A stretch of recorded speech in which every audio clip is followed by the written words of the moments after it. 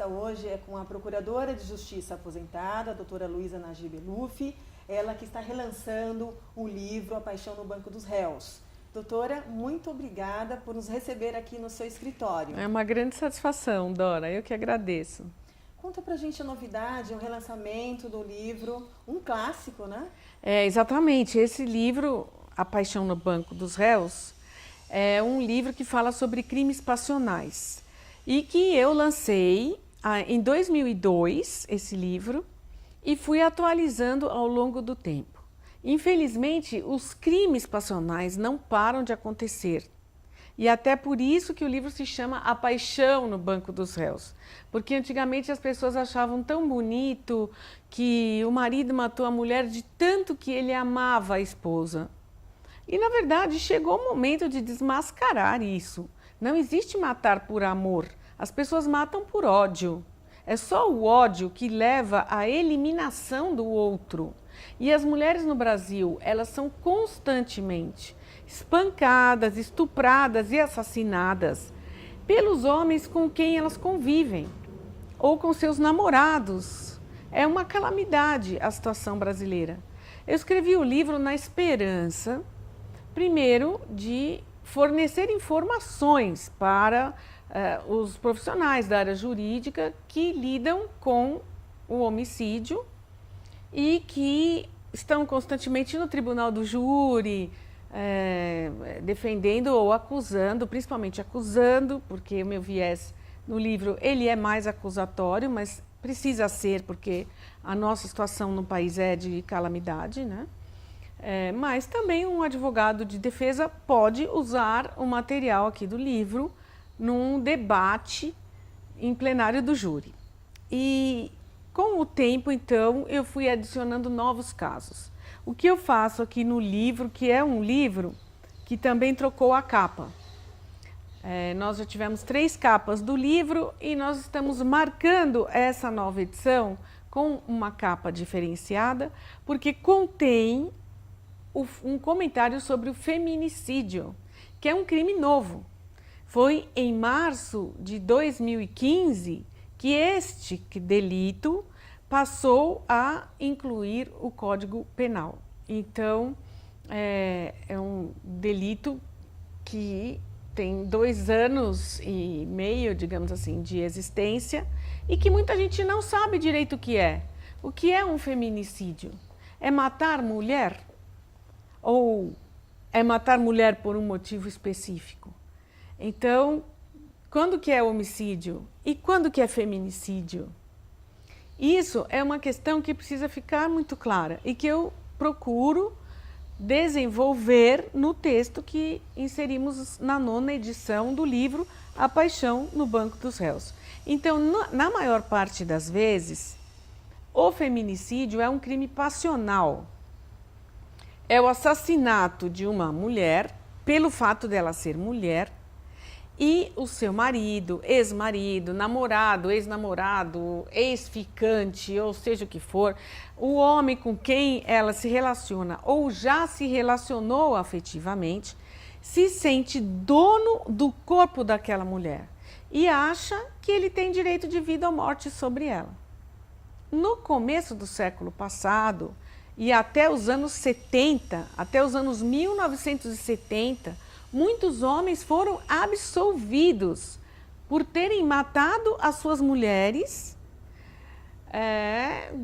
alegando uma violenta emoção, um ciúme incontrolável e até subliminarmente um direito de vida e morte sobre a mulher, porque a mulher infiel, a mulher que traiu o marido, merecia morrer. Então, era um pensamento extremamente machista, patriarcal e que, às vezes não declaradamente, mas constantemente é um pretexto para o crime passional. E, na verdade, não existe matar por amor. Ninguém mata porque ama tanto. As pessoas matam porque estão com ódio. E esse ódio é gerado pelo ciúme, que, por sua vez, também é gerado pelo sentimento de que alguém que tem um relacionamento afetivo com outro alguém passa a ter direitos sobre o corpo da outra pessoa. E como nós vivemos numa sociedade patriarcal, esse direito com relação ao homem, ele é muito maior do que com relação à mulher, porque a mulher não se sente tão dona do corpo do marido, mas o homem se sente sim, como se ele tivesse comprado aquela mulher, como se a mulher fosse um objeto que lhe pertencesse. E quando ele resolve se vingar dessa mulher, ele se vê no direito de matá-la, inclusive matá-la. Isso começa com agressões verbais, evolui para o espancamento, passa pelo estupro e termina no homicídio. Por isso foi muito importante criar a figura do feminicídio. O feminicídio é uma qualificadora do homicídio.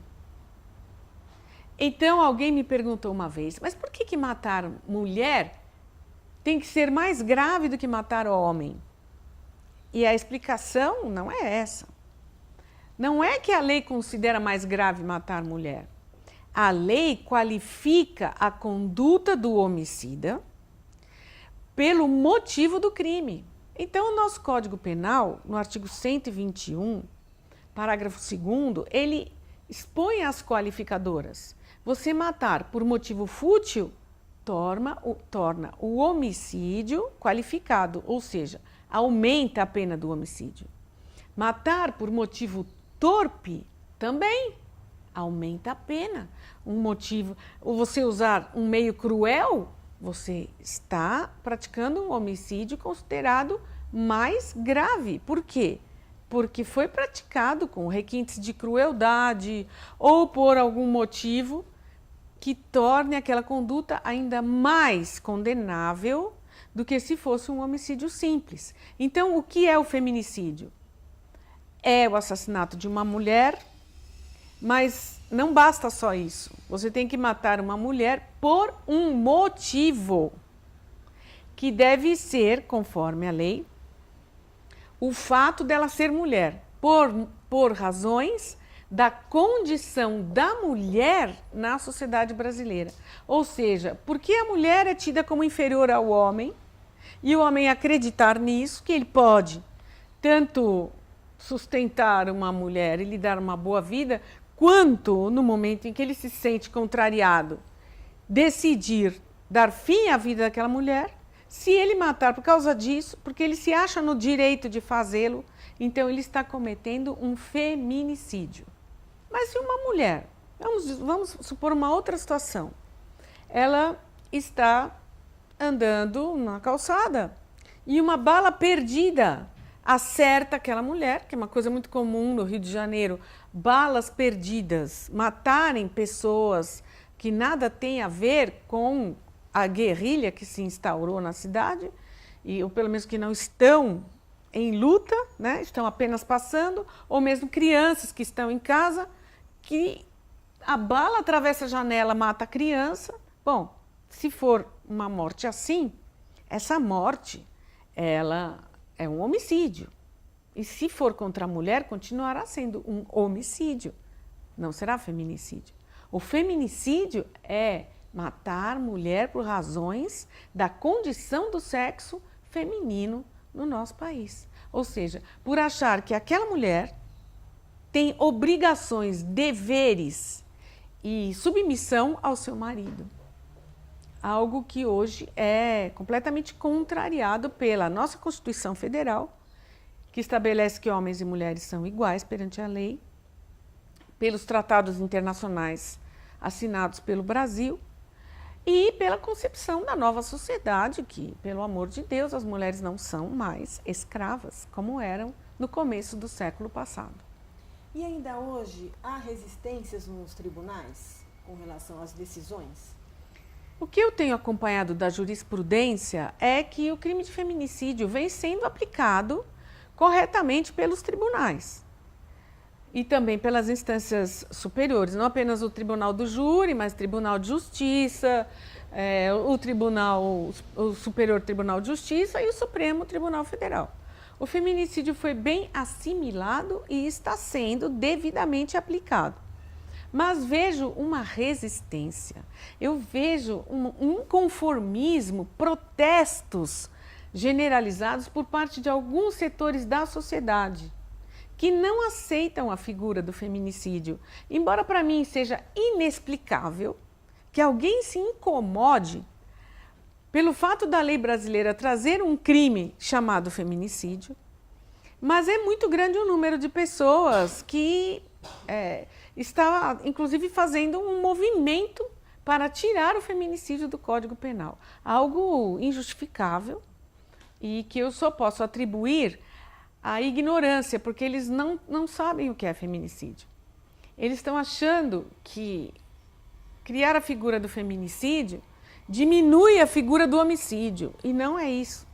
A mulher também pode ser vítima de homicídio.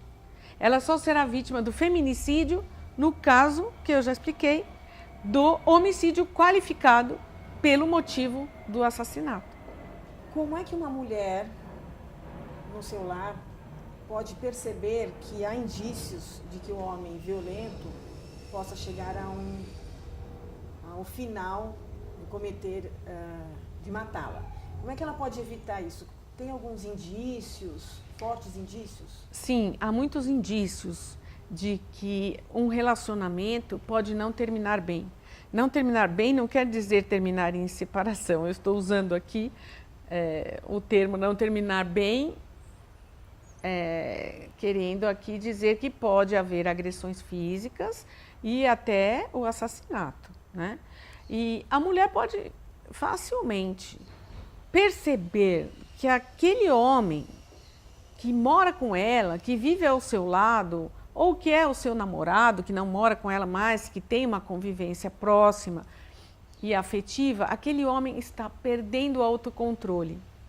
Ele está ficando doente de ciúme.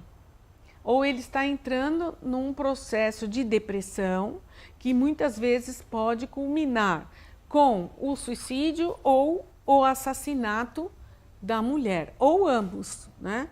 Então é possível perceber, e é muito importante, que esta vítima em potencial tome as medidas necessárias para se proteger, inclusive com base no que determina a Lei Maria da Penha, que a Lei Maria da Penha dá uma série de medidas protetivas para que não ocorra o pior, para que aquela mulher que está sendo ameaçada não acabe morrendo de verdade. Então é importante que as mulheres recorram às delegacias da mulher, que existem justamente para socorrer as mulheres em risco por causa da violência doméstica, e que essas delegacias atendam essas mulheres de maneira eficiente e eficaz para evitar o mal maior, que é o assassinato. Também as promotorias do Ministério Público de São Paulo estão bem aparelhadas e funcionam bem com relação à violência doméstica. São várias as medidas protetivas de urgência que são deferidas para proteger as mulheres em situação de risco, mas muitas vezes as coisas não funcionam como deveriam. E nós tivemos em São Paulo até um caso de um agressor de mulher que, ao chegar ao fórum, decide agredir não exatamente a sua esposa, mas a juíza, e quase mata a juíza, a doutora Tatiana, que passou por momentos de terror na mão de um agressor de mulheres. Então é preciso conscientizar, não apenas a sociedade como um todo, mas, e acima de tudo, o aparelho do Estado, as instâncias que existem tanto no Poder Executivo, como Secretaria da Segurança Pública, polícias em geral, Polícia Militar, Polícia Civil, mas também o Ministério Público, que está fazendo um belo trabalho, e também a magistratura. Porque para quem não acredita que essa violência é tão grande, e por incrível que pareça, há os que contestam os números, mas são números que ainda estão abaixo da realidade. Esses números que nós vemos nas estatísticas se referem apenas ao que foi reportado à polícia ou à justiça. Porque, na verdade, o número real é muito maior. Muitas mulheres não vão pedir socorro. Muitas não entram com o processo. acabam perdoando o agressor e depois acabam morrendo e ninguém fica sabendo o motivo do crime. Mas nós precisamos sim que também o Poder Judiciário esteja presente e ativo neste combate à violência contra a mulher.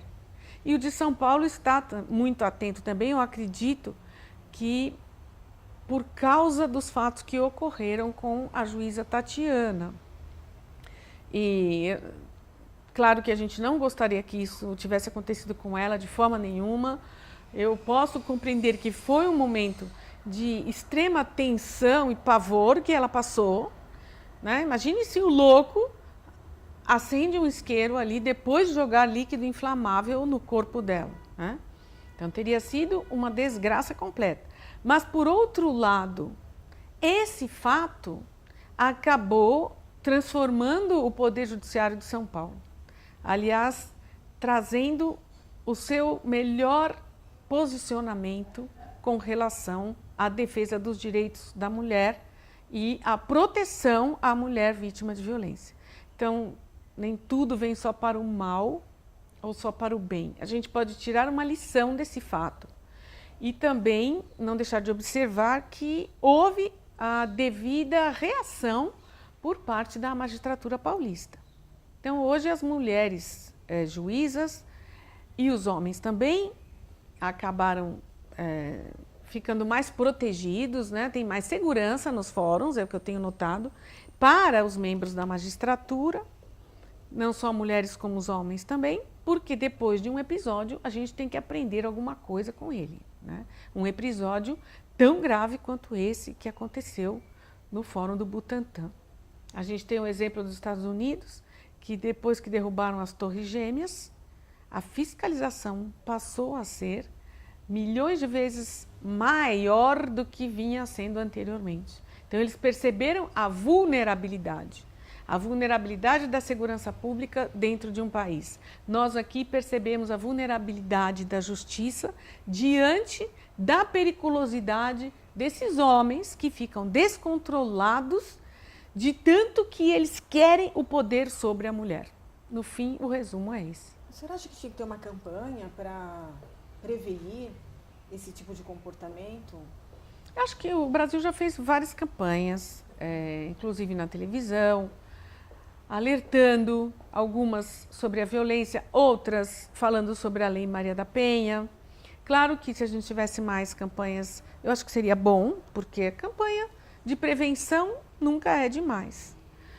No entanto, eu vejo que o problema é tão sério e tão espalhado que seria importante também que nas escolas, a partir do primeiro grau, já se fizessem discussões sobre a necessidade de respeito ao gênero feminino. Ou seja, que as mulheres, embora possam parecer mais frágeis fisicamente, nem todas são realmente mais frágeis, elas nem por isso ficam à mercê da força bruta de seus companheiros. E também porque nós temos muitos casos de crianças que não conseguem aprender nas escolas, porque em casa a mãe sofre violência doméstica. E isso causa um trauma terrível, que inclusive dificulta o aprendizado. Com esse tipo de debate dentro das salas de aula, as crianças que passam por esse processo dentro de casa, elas também vão conseguir superar melhor uma situação que elas mesmas estão vivendo e que têm medo de comentar. Normalmente não falam com a professora, com a diretora, ou mesmo escolas que proporcionam psicólogas e assistentes sociais para acompanhar os casos em que as crianças têm dificuldade de aprendizado. Muitas vezes até essas escolas esquecem de pesquisar como é a vida dentro do lar do qual esta criança está vindo. Doutora, a questão dos crimes, ela acontece em todas as classes sociais? Sim, o feminicídio é comum a todas as classes sociais, porque ele decorre do sistema patriarcal, que vigora no Brasil desde 1500. Então é algo muito arraigado na sociedade, que o homem pode mais, que o homem manda mais, que o homem tem que ganhar mais, que o homem, para o homem tudo, para as mulheres nada, né? É claro que nós estamos avançando na luta contra isso, mas toda a sociedade e principalmente as religiões reforçam esse aspecto de que o patriarcado precisa permanecer. Então existe um embate entre os direitos da mulher e a resistência do patriarcado, que vem sendo muito forte. E por causa disso, ainda permanecem os crimes passionais, que hoje, na maioria dos casos, nós vamos chamar de feminicídio. Voltando um pouquinho ao livro, a senhora traz um caso novo, que é do PC Farias, né? O que aconteceu no caso PC Farias? Por que ele foi parar no seu livro? A 9ª edição da Paixão no Banco dos Réus traz um caso novo, além do feminicídio e da atualização, em geral, da legislação. Eu resolvi inserir o caso PC Farias porque, para mim, sempre foi um caso muito nebuloso. As pessoas achavam que, obviamente, ele tinha sido assassinado por alguém que queria queimar o arquivo vivo, que era o PC. Ele foi tesoureiro do Collor de Mello, um governo que foi derrubado por uma série de suspeitas, né, suspeitas de corrupção. O PC Farias estava envolvido, inclusive, com a máfia internacional. E, de repente, ele morre. Claro, alguém mandou apagar o PC Farias. E eu, por um outro fato, que agora não vem ao caso relatar, eu resolvi me debruçar sobre essa história. E eu descobri, através de uma série de documentos, de matérias de jornal, revista e até de livros, que quem matou o PC Farias foi a Susana Marcolino, a sua namorada à época. E eu provo isso no livro. Realmente está muito claro, foi ela que matou o PC. E até hoje, quando eu faço esse comentário, recentemente eu fiz algumas palestras fora de São Paulo, uma até na Flip de Paraty, onde um outro livro meu foi lançado. E eu então comentei que PC Farias foi morto pela Susana Marcolino, sua namorada. E o pessoal diz, não, isso não é possível, não, aquilo foi queima de arquivo. Aí eu disse, olha, leia o meu livro e eu estou explicando porque eu tenho tanta certeza e está tão cabalmente provado que foi Susana Marcolino que matou o PC Farias. E as pessoas não acreditam muito porque tanta gente querendo ver o homem morto, é justamente a namorada, que não tinha força nenhuma, que era uma pessoa tão irrelevante ao ver da sociedade, era uma mocinha que veio de uma classe social mais desfavorecida e ela queria casar com PC Farias. E não estava conseguindo, ela já há um bom tempo que ela namorava PC Farias. E aí ela descobre que ele está planejando se casar com uma outra mulher de classe social alta, tradicional, de Alagoas, e ela entra, então, num surto de revolta e angústia. E o resto, quem quiser saber, pode comprar o livro e ler, que esse livro vai ser lançado em todas as livrarias no próximo dia 27 de novembro. Nós vamos fazer esse primeiro lançamento na Conferência Nacional dos Advogados, que vai ser no Anhembi, no dia 27, às 19 horas. Eu vou fazer uma palestra lá para os advogados e, em seguida, vamos para o stand onde a Saraiva estará promovendo a venda do livro. Então, nós estamos chamando de relançamento, porque, na verdade, esse livro foi lançado ao pé da letra em 2002. Mas agora, como ele está atualizado, está ampliado e ainda fala do feminicídio, a gente está fazendo uma nova divulgação, inclusive com nova capa. E todos estão convidados, mas quem não puder ir ao Anhembi, nós vamos fazer novos lançamentos aqui em São Paulo, esse ano, no ano que vem também, e o livro vai estar à disposição nas livrarias. O convite serve para todos, mas eu queria que a senhora deixasse um convite especial para os seus colegas da classe, do Ministério Público. Eu quero deixar um convite especial para os queridos colegas do Ministério Público, os promotores, promotoras, procuradores de justiça, procuradoras de justiça, que vão ao lançamento, porque eu, apesar de já estar há 5 anos militando na advocacia, tenho um respeito muito grande pela Ordem dos Advogados do Brasil, que tão bem me acolheu, sempre me acolheu, mesmo quando eu estava no Ministério Público, eu era chamada para todos os eventos da OAB e continuou esse carinho dentro da OAB, mas eu quero dizer aos colegas do Ministério Público que o meu coração ficou no MP. E que se vocês forem, eu vou gostar muito, se não forem, o livro estará à disposição onde vocês quiserem adquirir, ou quem quiser falar comigo também é um prazer. Eu tenho um site que é o www.luisaeluf.com.br. No site tem um Fale com a Gente. Você clica, já vem direto para o meu e-mail, se quiser falar comigo por e-mail. O e-mail pessoal é luisaeluf@terra.com.br. E eu fico muito feliz também de lembrar agora uma coisa importante, que foi um colega do Ministério Público que uma vez ia fazer um júri de crime passional e me ligou no meu gabinete na Procuradoria e perguntou: Luísa, você tem livro sobre Tribunal do Júri e crime passional?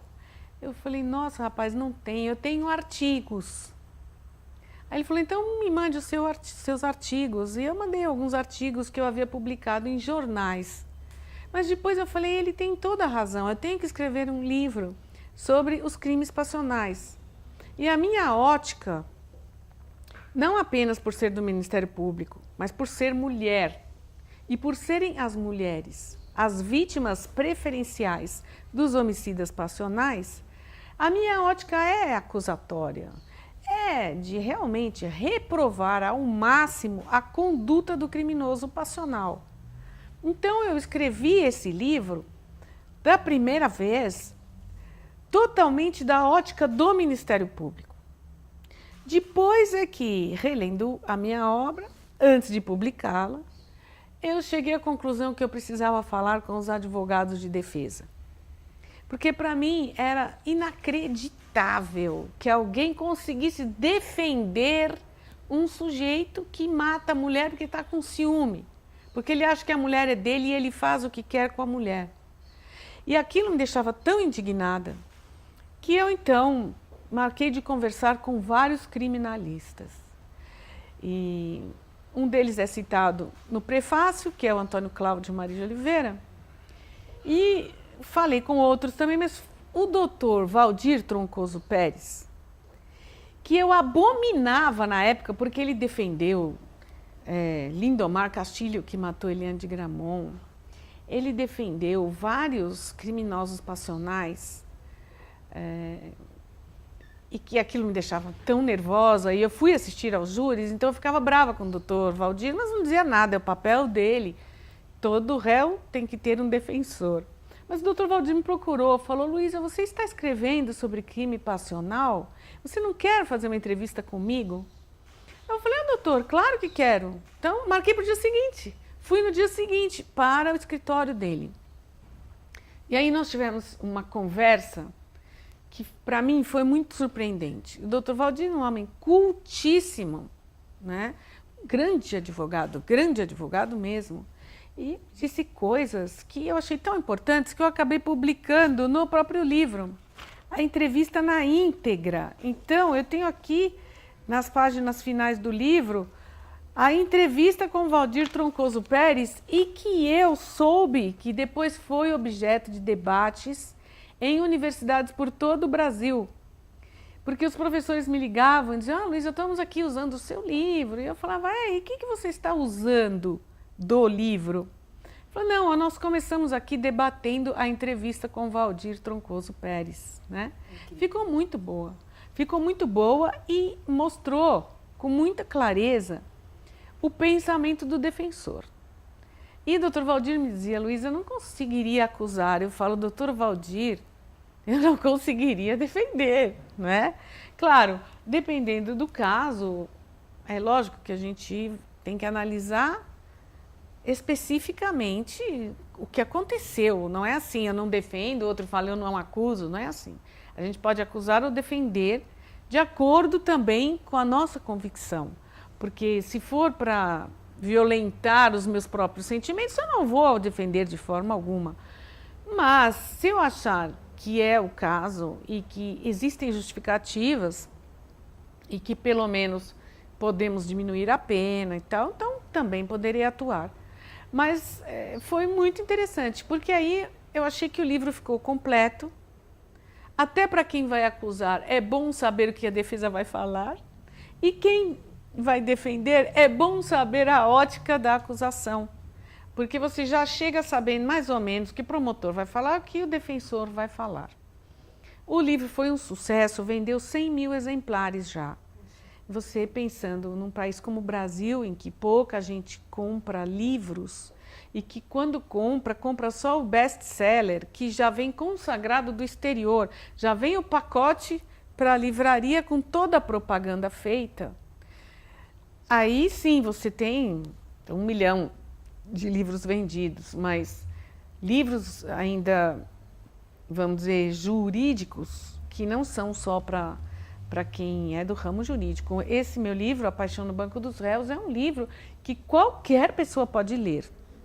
Mas, ainda mais tratando de um livro que tem técnica jurídica para ensinar, eu acredito que 100 mil livros foi um número bastante alto. E continua vendendo, as faculdades estão adotando o livro, porque é um livro que os alunos gostam muito de ler. É um livro com uma linguagem fácil, que um aluno de direito lê e entende perfeitamente, ou uma pessoa totalmente leiga também lê e compreende tudo perfeitamente. A ideia é evitar o crime. Vamos fazer prevenção ao crime. Não mate, pelo amor de Deus. O seu namoro acabou, o seu casamento acabou, você vai encontrar outra pessoa. Esquece o que não deu certo.